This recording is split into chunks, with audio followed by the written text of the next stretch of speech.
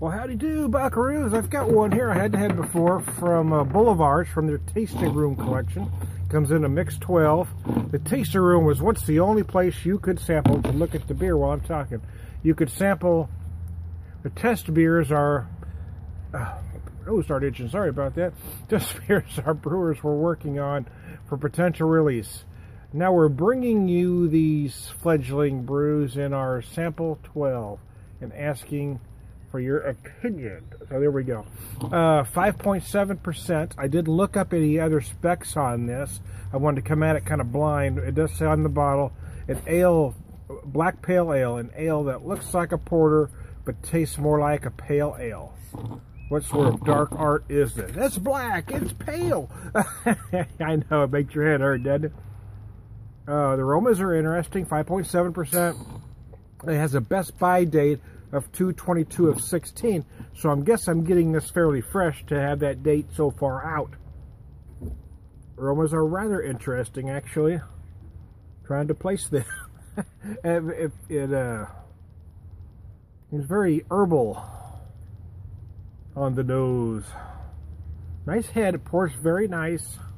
Kind of a deep black with a mocha-like head on her.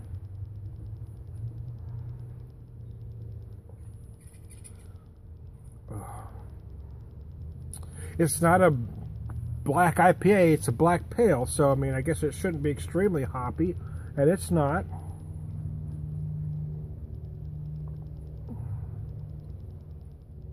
I'm trying to place it. I don't know. I mean, gosh, I don't know. It's not unlikable. I just don't know if it's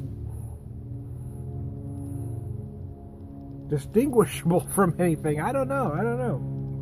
I'm not hating it, but I'm not loving it after first sip. Maybe it'll grow on me.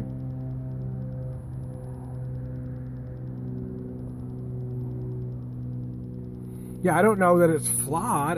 It kind of feels like it's missing something, you know. Maybe I'm expecting it to be a black IPA. Maybe I'm expecting more that it was intended to have. I don't know. It just kind of feels like there's something kind of missing. I'm not sure what that is, to be honest with you.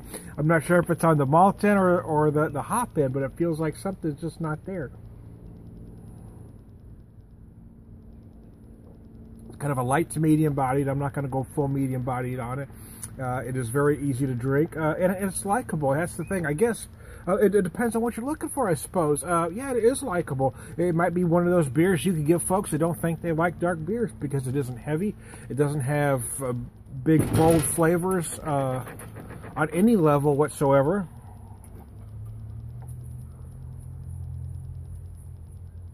You can feel some of those dark malts in a very light way. You feel some hops in a very light way. Again, it's just there's nothing big on any end of this. On the malt or the hop end to really go, wow, there's nothing wow about this beer at all, but there's nothing, you know, off about it either, in my opinion. I don't know. I guess my final assessment is going to be likable but unremarkable. I mean, it's going to depend on, you know, the truth is when I buy this again, if this was available in 6-packs, is it something I'd buy?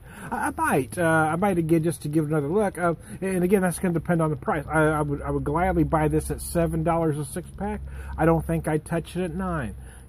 That's my opinion. This I bought this mixed 12 for $13, so I'm looking at about $6.50 a 6-pack. And for that kind of money, sure, I'd buy a 6-pack of it just to see. Again, it could be one of those beers that's easily passed out at a function.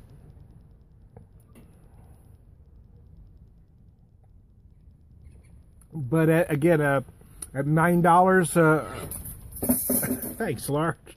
Large is knocking everything down here. If it was at $9 a 6-pack, I don't think I'd get near it because there's too many other things available. So, son of a gun, cat. Every time I turn a darn camera on, she wants to be right there. So anyway, hey, you know what? It's only available in the mixed pack, so it's certainly worth trying once. For me, it's good. It's not great. It's drinkable, not remarkable. There you go. I'm Tony Beer Whisperer. We'll talk to you later.